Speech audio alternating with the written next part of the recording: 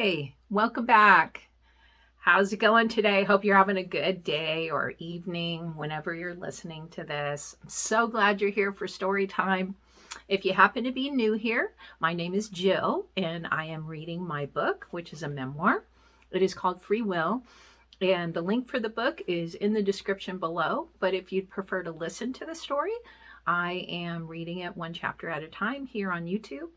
So just click the link to my click the link.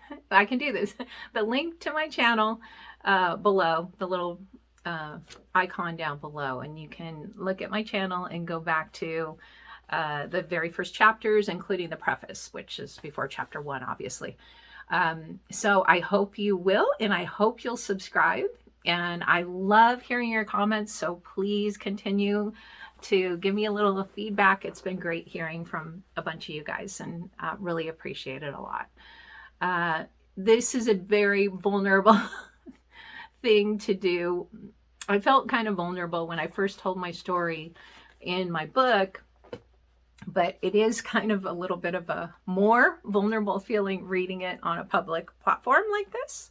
But I'm thoroughly enjoying it because I'm a strong believer that, diving in on things that make you feel vulnerable actually is wonderful and very freeing. And I'm definitely finding this circumstance very freeing. I'm just having a great time sharing the story, and glad that so many people are enjoying it. So that being said, vulnerability, we're going into a couple of chapters that are extremely raw, and especially the second one that I'll read. It's pretty intense for me, but I hope you enjoy it. And I just want to say, I wrote this in raw, open honesty because I needed to. It was really important. As you can see, and I think every single one of us, we don't have to be an extra Jehovah's Witness to feel this way, but in a particularly trying circumstance, like being in that world, and it does such a thing to your thinking and your emotions and everything, and you really get kind of in a whirlwind of craziness between the guilt and everything else. So I'm not being very, very articulate. So I'm just going to read, and we'll see if the words will come to me after I read. But again, thank you for being here, and we'll go into chapter 26. I can't really overstate how important it seemed to me to do everything conceivable to make my husband happy. It meant so much to me. I really was happy to please him, but something was subtly sneaking in. The thing was, the more I did for him, the more he began to expect. I don't blame him for this. I set it up. I wanted to be the super mom, trophy wife, the hostess with the mostest, throwing lavish parties and entertaining our friends. It gave me a sense of who I was. It gave me my identity. I wanted to make my husband look good. I wanted to feel a sense of pride. I wanted him to feel a sense of pride in his wife, in his home, and in his family. When he felt I didn't pay enough attention to him, I tried harder. I took pride in pleasing him. Rarely my personal preferences would try to stake a claim. I at times would complain that certain things in our life weren't the way I wanted. But more commonly, I found it easier to give in and pretend I was fine with whatever he decided. I slowly began to realize that I did everything for this man, loved him, made love to him, took care of him, took care of our home, took care of our kids. Hell, I didn't know a lot of moms who taught their kids to read before they were in kindergarten, brought their husbands breakfast in bed every day for 20 plus years. I was going for gold. I worked at the stores and then eventually on my design work. I dressed myself and my husband and the kids on a shoestring budget, but looked the part of the Orange County family. I kept the kids entertained and busy with activities and hosted party after party. As much as I loved the fun we had, man, was I tired. I was burning out. I wanted to slow down. Life had become, the life we had become accustomed to was wearing me down. I was pumping the brakes. I needed rest. And I started to feel taken for granted. I even felt taken advantage of. This did not happen overnight. This was something that happened very subtly, very unobtrusively, creeping in over the course of years. The push-pull of being an attentive wife and mom while juggling work, church, and home created what felt like an inevitable loss of who I was.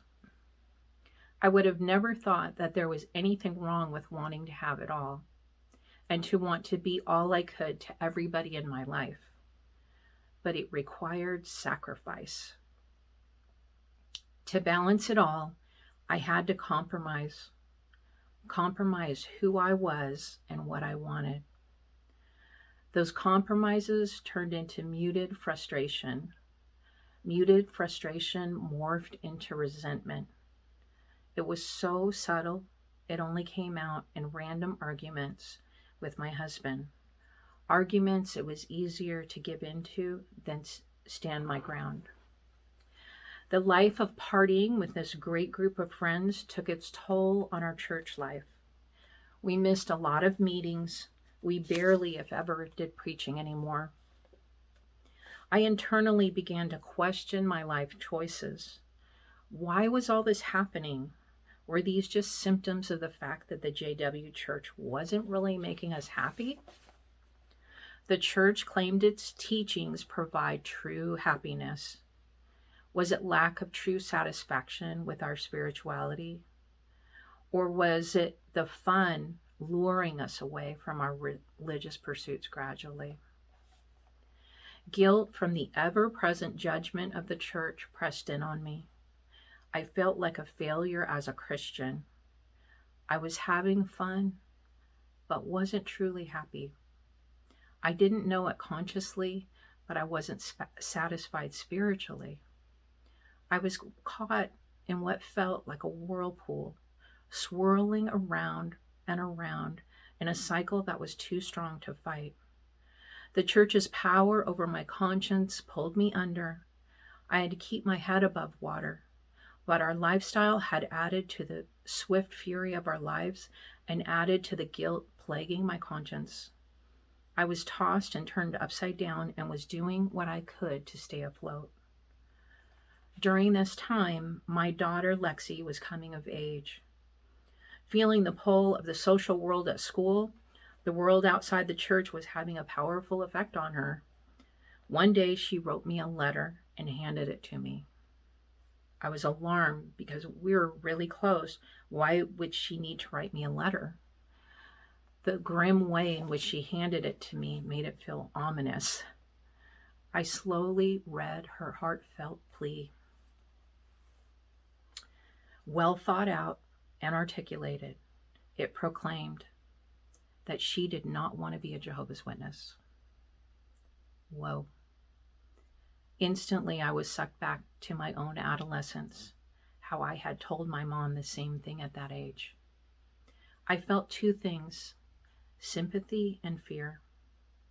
I could relate to what she said so well, and I felt bad for her being trapped in the church. Yet the fear of leaving the church carried so much baggage. I couldn't stomach entertaining the thought of her not staying in the church. There's fear of God, and in turn, the fear of dying at God's hands for not staying loyal. Then there's the fear of losing everyone you're close to, your family and friends that can no longer have a relationship with you if you leave, whether voluntarily or getting kicked out for sinning. My fear made me want to talk my daughter into rethinking her choice. I begged her to study more about the religion, thinking it would convince her it was right. But in truth, I was waffling so hard in my own faith, I wasn't sure I'd ever convince her to stay, and wasn't even sure if I should try. I felt guilty for not having been more wholehearted in my faith, at not having been a better example for her in faith. Guilt, guilt, guilt. At the same time, I wanted to just give it all up too. But I was stuck, caught in the swirling vortex of this cult that I had been submerged in my whole existence. Lexi's letter was a catalyst to self-reflection. I know I'd always been a hands-on and very involved mom. How did I let this happen? How had I allowed myself to be so distracted with making sure we were all having a good time that I ignored and neglected what I thought was the most important thing in our life, our spirituality? Obviously, we were way more into partying than praying. There were definitely some fundamental issues I'd always had with the church, but I was trying to stay with it, even if only in a half-assed way by this point. And with the development of some serious underlying problems in our marriage, we welcomed the distraction of partying and socializing. There was an imbalance that was growing slowly but surely. Drinking and playing a lot allowed us to not look at that. We could fuzz out what was really happening by playing incessantly. Whenever my husband and I slowed down to look at it and discuss it, things went badly. Drinking didn't help those discussions. I take full responsibility for my share in this. Not that I did it intentionally. I was doing what I thought would help my marriage and my family. I was in the habit of numbing myself from discomfort or frustration. Although many things in our marriage were not as I wished, I found I didn't complain or stress as much if I was self-medicated. Alcohol was our mediator and instigator, at times cushioning the edges of disappointment and frustration, at times catapulting us into all-out war. Our fights would often turn to talk of divorce. How do two people so perfectly suited for each other get to the point that they can't disagree without considering breaking up? I know for my part, I was changing. I really started to care about the things I used to just let go of. Recognizing how our lifestyle was not what I wanted and not what I wanted to mirror for the kids, I guess I continued to be more introspective and more serious about shifting my behavior. I now had opinions that I could not just shoo away. My needs and even my wants suddenly began to matter to me. So strange how the passage of time, working and just living life had taken a toll on the sweet love that had started so strong. How sex became an inconvenience. How I felt estranged from the man I once felt so close to. Many things impacted our relationship. Okay, so in a way, everything was going downhill. My kid doesn't want to be a witness. And of course, I mean, when you're still, indoctrinated, you're still believing mentally and physically, and the fear of your child not wanting to do it is intense. I mean, that's a really scary feeling because you know how dangerous that is with the whole shunning policy. And really interesting. I just had a conversation with somebody about this recently. That was one thing I knew after, I didn't have personal encounters with elders except for that one when I got reinstated. That was so awful. But I had heard the horror stories about what it was like to go into a judicial meeting with the elders. And once I saw my daughter was starting to be like, I don't want to do this. And I thought, oh no, she's going to end up getting in trouble. And I knew, like somewhere inside me, I knew my daughter will never go in the back room with 3 elders. It's not happening. I won't do it. So I don't, I mean, I didn't know how that was going to pan out, how that was actually going to transpire, because I didn't at that point have any intention of leaving the organization. But I just knew she was not going to be put in a vulnerable situation like that for people to talk about something she could have done wrong or whatever. So not that she had done anything wrong at that point, but it just, and in the church's eyes, but it's just, I knew that possibility. I mean, obviously growing up in it, you have friends that get reproved, they get marked, they get disfellowshipped. So many things that you've seen in your lifetime of being in there. And you're just like, nope, I'm not putting my kids through that.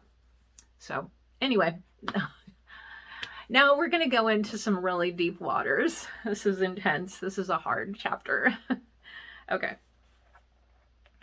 I have tried hard in telling my story to avoid giving too many gory details about why the marriage was so troubled. But there are some details that need to be told. I do not tell them to make anyone look bad or wrong. I share them to have clarity and purge the past. I write them down because they were real and devastated me. I share these too because witnessing my experience at a distance of time has allowed me to see transparently what I had been overlooking. I was sleepwalking through a life that had slipped in and enveloped our family. I had allowed boundaries to be crossed regularly. I ignored what I didn't like, pretended it was okay. I changed, adjusted, and compromised to make things go the way they were supposed to go, to please others at all cost. I also need to share this with anyone for whom it might matter, that even though all the signs were there, even though the voice inside me was telling me that this relationship was in trouble, serious trouble, and it needed to end, fear kept me from cutting the cord. As I look back at all of it, I see so vividly now that I was getting clear messages to move on, but I kept beating the dead horse. I don't regret that. It was all teaching me, opening my mind. Staying in a marriage that had expired taught me a lot, and it changed me. Now I can hear my inner voice talking clearly. I don't ignore it for fear. I have learned to trust myself. I pay attention to when my intuition rises up. I listen to it and take action accordingly. There is one event that forever changed the way I viewed my husband, and there are certain realities it's important for me to articulate, to clarify how our great love melted away. For most of our 25 years together, we were not a couple that fought frequently. We were mostly a couple that everyone thought would be together forever. We had so much fun together, and laughter and joy in our lives was evident. We both loved having fun and couldn't resist making each other laugh. Honestly, the first 2 decades we were together, if we disagreed, for the most part, we were respectful of each other, careful with each other's feelings. Time and life took its toll. Financial pressures brought struggles and tussles. Disagreement on money management was disputed. Disagreement on how to raise the kids. But for me, these are not what ended our relationship. It was the actual fights and what was said in those fights that killed it for me. We had gone for a very long time being careful not to cross a line in a fight. We had our moments and get angry and state our case, but we used to be cautious and show a level of respect for each other. We could be stubborn and dig our heels in on things. Before now, we managed not to be cruel. But once somebody crosses a line and hurts the other person bad enough to leave a scar on the relationship, the relationship becomes deformed. Name calling was something that hurt me deeply. It's different than someone disagreeing with you. It's a personal affront. And when you are in this deeply rooted relationship for decades, and the person you should count on most begins to turn on you, calling you names, demeaning your character, it hurts like a motherfucker. Here is this person that you would do anything for, that you had done so much for, calling you crazy, telling you you don't think right, that you have issues. It was a coldness that chilled my soul. The coldness grew. These episodes became more frequent as my wish to be heard grew more intense. I was finally voicing what I really felt and what I really wanted. And that reaped more of what I viewed as demoralizing, degrading condescension from this man that I had tried so hard to please. It went beyond arguing. It made me doubt that I could stay with him because I was crushed over and over again by cruel words. I spent many lonesome nights sleeping on the couch downstairs after an argument. I quietly cried and would talk myself into being tougher and not letting the words hurt me the next time, promising myself he would never hurt me again. The only way to do that, as I saw it, was by pulling away. I put up my guard, which meant I distanced myself. I didn't like how it felt to do this. This was my best friend. I hated how it felt that he was becoming an adversary to defend myself from. I expressed many times over our later married years that any pain we inflict on each other leaves a mark, a cut, so to speak. If we can tenderly fix it, apologize, and not do it again, the cut can heal with no scar. But by now, many scars had formed over time, and I began struggling to overlook them. One night, we were having an argument. I honestly couldn't even tell you what the argument was about. I cannot remember. But he was exceptionally angry that night. I knew he had been drinking, so I was trying to keep things calm, but still pleading my side of the argument. Suddenly, in the middle of my sentence, he interrupted me and yelled, "Stop! You need to stop talking." I said I thought he was being unfair and asked him to please listen. He said, "You need to get those kids and get the hell out of here, or I'm going to get a gun and shoot all three of you." I stopped cold. I left the room and went downstairs. I was in shock. He'd never hurt me physically. He'd never threatened me. I was shocked. But I laid my head on the arm of the sofa and cried myself to sleep. When I awoke listless in the morning, I instinctively grabbed the remote and turned on the TV. The news was on, and the very first words I heard were these: "San Clemente man shoots and kills his wife and 2 children." I didn't know then what I know now, that the universe or God or guardian angels give us messages all the time. Well, they really got my attention with that one. I packed my suitcases and took the kids to Palm Desert to stay with my mom. I, of course, told both my parents and my sister what had happened. They didn't blame me for leaving. He really didn't think it was a big deal. When we finally sat down to talk about it almost a week later, he said that he had been drinking and he didn't mean it. But the truth was, it crushed me to hear him say it. It didn't feel any better to hear him minimize it. I tried and tried to believe that he felt sorry, but I could tell he didn't think it was a big deal at all. It was not registering in him how deeply this affected me. I couldn't believe that this man I loved so much could possibly ever feel that way, intoxicated or not. That night was a turning point in how I looked at him forever. I tried to overcome it. I went to counseling. I took antidepressants. I drank martinis to forget. But it was always still there. I knew for sure that he would never do anything to physically harm me or our kids. I wasn't scared of him. I was just so deeply disappointed that such words could be uttered. I'm not the kind to hang on every word someone says and hold it against them.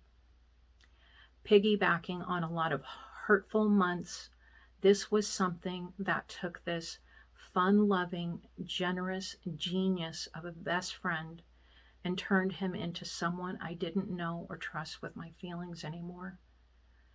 The bridge between us had been burned to the ground. It smoldered for months and months after. But when the smoke cleared, I knew I had no way of getting back what was once so special. So, that's a rough one.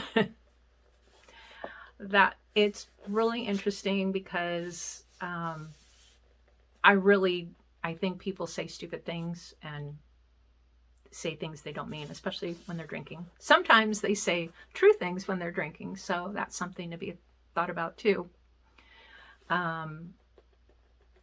So it's not that, one sentence allowed me to completely change how I felt about my husband. But coming after so much, what in my perspective was cruelness and kind of disrespect and unkindness, it was kind of nail in coffin. And I should say another nail in the coffin, because obviously, as I said there, we smoldered for a really long time. It didn't completely end yet. So you will see how that gets sorted out, which is pretty entertaining in itself. So I'll try not to talk too much because for some reason I'm just not articulate. It's probably because I was really stressed out about reading this chapter. But anyway, I'm so grateful that for those of you that are here and subscribed, and don't forget to hit the like button and put in a comment. It really helps the channel a lot, and also helps more and more people know about the channel. So I hope you guys have a lovely afternoon or evening wherever you're at. See you next time.